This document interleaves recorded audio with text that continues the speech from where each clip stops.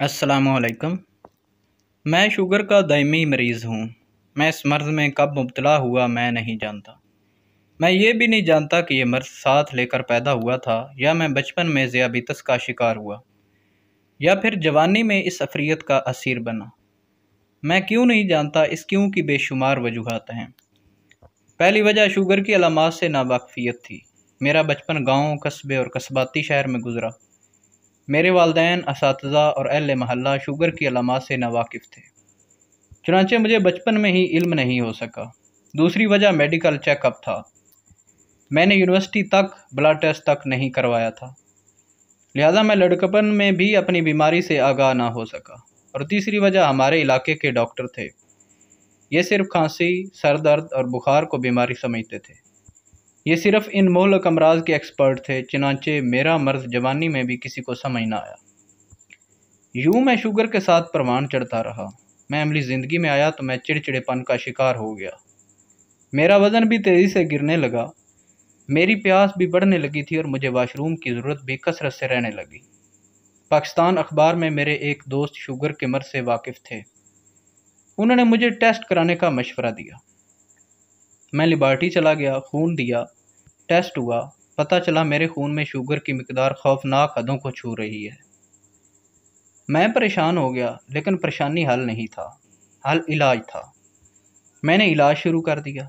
मैं इलाज के दौरान हकीमों के काबू में आया, सन्यासी बाबों के पीछे भी फिरता रहा, होम्योपैथिक अद्वियात भी खाता रहा, घरेलू टोटके भी इस्तेमाल करता रहा, दम करके पानी भी पीता रहा और एलोपैथिक अद्वियात भी खाता रहा, लेकिन शुगर कंट्रोल ना हुई। मुझे 6 साल टामिक टोइयाँ मारने के बाद पता चला मैं जिस नौयत की शुगर में मुब्तला हूँ, इसका वाहिद इलाज इंसुलिन है। मैं टीके से डरता था। मेरा ये खौफ डॉक्टर सदाकत अली ने दूर किया। मैंने इंसुलिन शुरू कर दी। मैं आहिस्ता आहिस्ता शुगर के मर्ज़ को समझने भी लगा।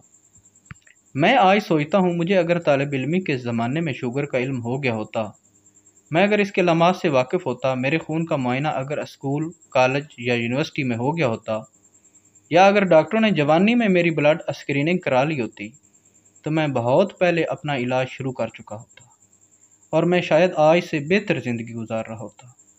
हमारा मुल्क दुनिया के उन चंद ममालिक में शुमार होता है जिनमें सेहत का बजट मुसलसल बढ़ रहा है। हमें हर साल ज़्यादा अस्पतालों, ज़्यादा डॉक्टरों और ज़्यादा नर्सों की ज़रूरत पड़ती है। मुल्क में अद्वियात का कारोबार तेज़ी से तरक्की करने वाला बिजनेस समझा जाता है।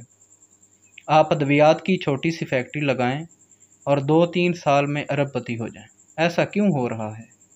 इसकी बड़ी वजह अमराज से नावाकफ़ियत है। हमारे मुल्क की 70% आबादी अपने जिस्म में पलने वाली बीमारियों से 30-30 साल आगाह नहीं होती, और जब ये वाकिफ़ होते हैं तो उस वक्त तक इनका मर्ज़ ला इलाज हो चुका होता है। मुझे मुल्क के नामवर कार्डियोलॉजिस्ट और रावलपिंडी इंस्टीट्यूट ऑफ कार्डियोलॉजी के सरबराह जनरल अज़हर कियानी ने बताया कि उनके पास जवान मरीज़ों की तादाद बढ़ती जा रही है। उन्होंने 22 साल के एक इलेक्ट्रीशियन का वाक़या सुनाया। ये नौजवान डबल शिफ्ट में काम करता था और रोज़ निहारी खाता था। ज़हनी दबाव और निहारी ने उसके खून को कीचड़ बना दिया और ये 22 साल की उम्र में दिल का मरीज़ हो गया। डॉक्टर साहब का कहना था, अगर कोई शख्स इसे बचपन में अमराज़ क़ल्ब के बारे में बता देता या ये रेगुलर तिब्बी मुआयना कराता रहता तो ये इस अंजाम से बच जाता। सायरा अफजल तारड़ वज़ीर सेहत हैं। उनका ज़िला हाफिज़ाबाद हेपेटाइटिस सी में तमाम अज़ला से आगे है। पाकिस्तान में टीबी भी दोबारा सर उठा रही है। हम पोलियो में भी ख़तरनाक मुल्क बन चुके हैं। हमारे बच्चे सांस की बीमारियों के शिकार भी हैं। हम अमराज़ क़ल्ब में भी सुर्ख लाइन के ऊपर हैं।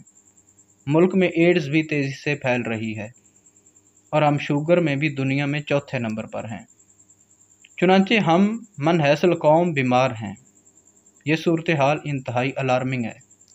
मेरी हुकूमत बिलखसूस मनसूबा बंदी के वफाकी वज़ीर एहसन इकबाल से दरख्वास्त है कि आप 20 मुल्क बीमारियों को प्राइमरी स्कूल के सिलेबस में शामिल करा दें, ताकि हमारे बच्चे 6-7 साल की उम्र में इन बीमारियों की तमाम अलामात से भी वाकिफ़ हो जाएं। ये इन बीमारियों के तदारक से भी आगाह हो जाएं और ये इन बीमारियों का इलाज भी जान लें। ہمیں صحت عامہ کو اسلامیات اور مطالعہ پاکستان کی طرح لازمی مضمون بنا دینا چاہیے۔ یہ مضمون 3 حصوں پر مشتمل ہو: بیماریاں، ان کا پس منظر، ان کی علامات اور ان کا تدارک پہلا حصہ ہو۔ دوسرا حصہ ماحول، جسم اور گھر کی صفائی پر مشتمل ہو، اور تیسرا حصہ صحت مند عادات مثلاً ایکسرسائز، مطالعہ شائستگی، لباس، گفتگو کا طریقہ، دوسروں کے حقوق اور محلے کی صفائی ستھرائی پر مشتمل ہو۔ یہ مضمون امراض کے تدارک اور ادراک میں اضافہ کرے گا۔ تو امید ہے دوستو آپ کو یہ تحریر پسند آئی ہوگی۔ اگر یہ تحریر پسند آئی ہے تو میرے چینل کو سبسکرائب کریں۔ شکریہ۔